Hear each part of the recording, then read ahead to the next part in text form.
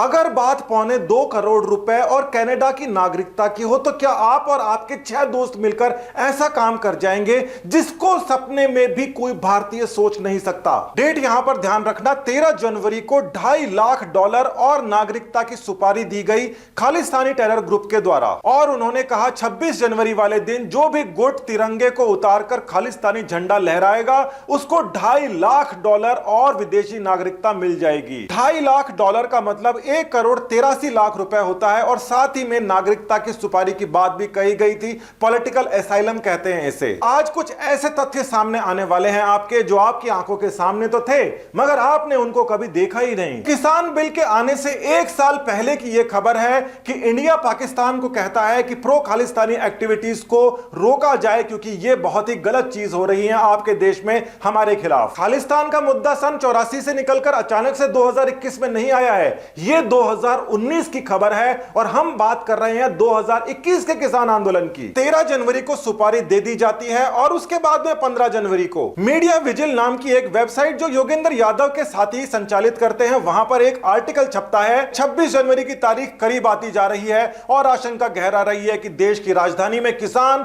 और पुलिस आमने सामने दिखेंगे। योगेंद्र यादव के एक बहुत ही खास आदमी है परमजीत सिंह, जो बताते हैं किसान आंदोलन पर कैसे पानी की तरह पैसा बहाया जा रहा है। करोड़ों के ट्रैक्टर लेकर किसान घूम सकता है, वो खेती करता है, मगर क्या किसान 30 सेकंड के लिए 55 लाख रुपए खर्चा कर सकता है, वो भी केवल एक विज्ञापन के लिए? इसी परमजीत सिंह की पोस्ट है और वो बता रहे हैं कि 30 सेकंड की एड का खर्चा 55 लाख है, और किसानों के संघर्ष को अमेरिका के अंदर दिखाया जा रहा है एडवर्टाइजमेंट में। तो योगेंद्र यादव के साथ में परमजीत सिंह कितना जुटा है और क्यों किसानों को लालच दे रहा है कि यहां पर पैसों का अंबार है। ये देखिए परमजीत सिंह की 20 जनवरी की पोस्ट है, और वो कह रहा है कि मैं यहां पर वार्ता करने आया हूं किसान नेताओं के साथ में, मतलब खुद किसान नेता है, और लंगर मंगवा कर खा रहा हूं। और यही परमजीत सिंह बता रहा है कि 55 लाख तो हम 30 सेकंड के अंदर उड़ा देते हैं। सरकार से वार्ता करने कोर कमेटी के कुछ ही लोग जा रहे थे, जिसमें परमजीत सिंह शामिल था। साथ ही में योगेंद्र यादव ने एक पोस्ट शेयर की थी परमजीत सिंह की, वो भी देख लीजिए। तो 13 जनवरी को 1.83 करोड़ रुपए देने की बात कही जाती है, और 3 दिन बाद 16 जनवरी को कहा जाता है 26 जनवरी 26 लाख इसी परमजीत सिंह द्वारा, जिसको योगेंद्र यादव शेयर भी करते हैं। ये एक बहुत ही कोइंसिडेंस की बात है कि झंडा प्रकरण के अंदर दीप सिद्धू के अलावा 6 और आरोपी हैं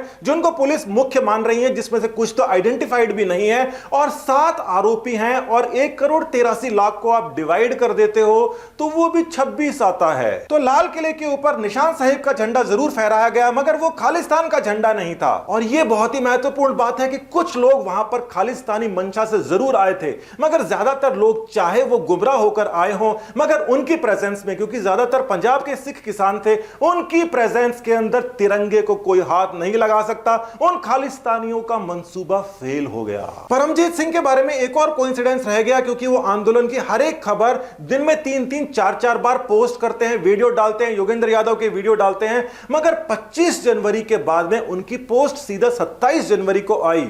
वो आंदोलन में नहीं थे या कहां पे थे, क्या कर रहे थे, उनको बताना चाहिए। एक और बात को देखिए, भजन सिंह भिंडर खालिस्तानी है, सबको पता है, और उनके साथ में कौन है? एक मशहूर पत्रकार अरुणोदिति रॉय हैं। पत्रकार कहीं भी जा सकता है, मगर वो सेल्फियां नहीं खिंचाता ऐसे।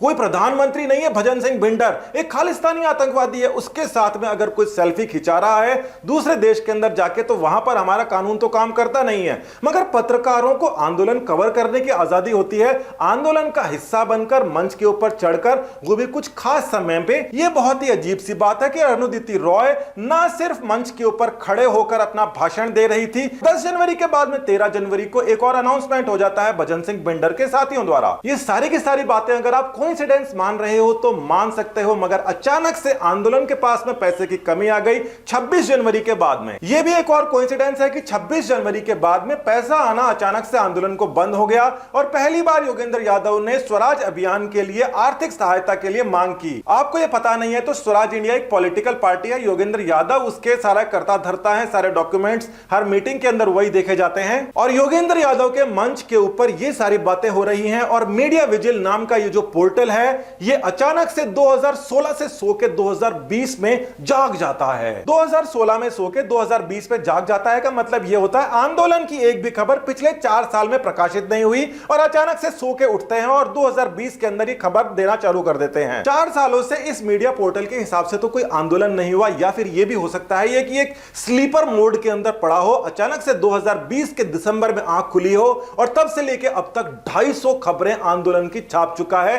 करीब करीब योगेंद्र यादव की खबरें हैं और कांग्रेस से इनकी नहीं बन रही है, वो भी आपको साफ साथ है कि योगेंद्र यादव राहुल गांधी को किस प्रकार से नेकर पहने एक छोटे बच्चे की तरह दिखा रहे हैं, जो कि दिशा से भी छोटा लग रहा है। देखिए, कुछ भी हो जाए, आप चाहे कुछ भी सोचे, कांग्रेस कभी खालिस्तान का समर्थन नहीं कर सकती, क्योंकि खालिस्तानियों की वजह से ही इंदिरा गांधी जी की जान गई थी। और अपनी इतनी सारी बातें सफल होने के साथ ही खालिस्तानियों ने एक और डिमांड कर दिया है कि पश्चिम बंगाल और महाराष्ट्र के जो सीएम हैं, मुख्यमंत्री हैं, वो अपने अपने राज्यों को इंडिपेंडेंट घोषित कर दें। जब ये सारे के सारे तथ्य सामने आ रहे हैं, सारे के सारे प्रूफ सामने आ रहे हैं, तो साफ हो जाता है खालिस्तानियों की जो पोजीशन थी वो स्ट्रांग होती जा रही थी अब से पहले। अभी 4 फरवरी को ही इंडिया की तरफ से काफी कड़े शब्दों के अंदर यूनाइटेड स्टेट्स और कनाडा को भी कई बातें कही गई थी। खालिस्तानियों ने एक संगठन जस्टिस फॉर सिक्स बना रखा है, जो कि रेफरेंडम की बात कर रहा है अलग अलग जगह में। रेफरेंडम का नाम जब भी आता है तो सबको पता है पाकिस्तान का कोई भी नेता रेफरेंडम के साथ ही अपना खाना खाता है। दाल रोटी के साथ में एक टुकड़ा रेफरेंडम का जब तक निगलता नहीं, उसको नींद नहीं आती। और ये जो खालिस्तानी जो कनाडा के अंदर फल फूल रहे थे, ये अब कनाडा के लिए ही बहुत बड़ा खतरा बन गए हैं।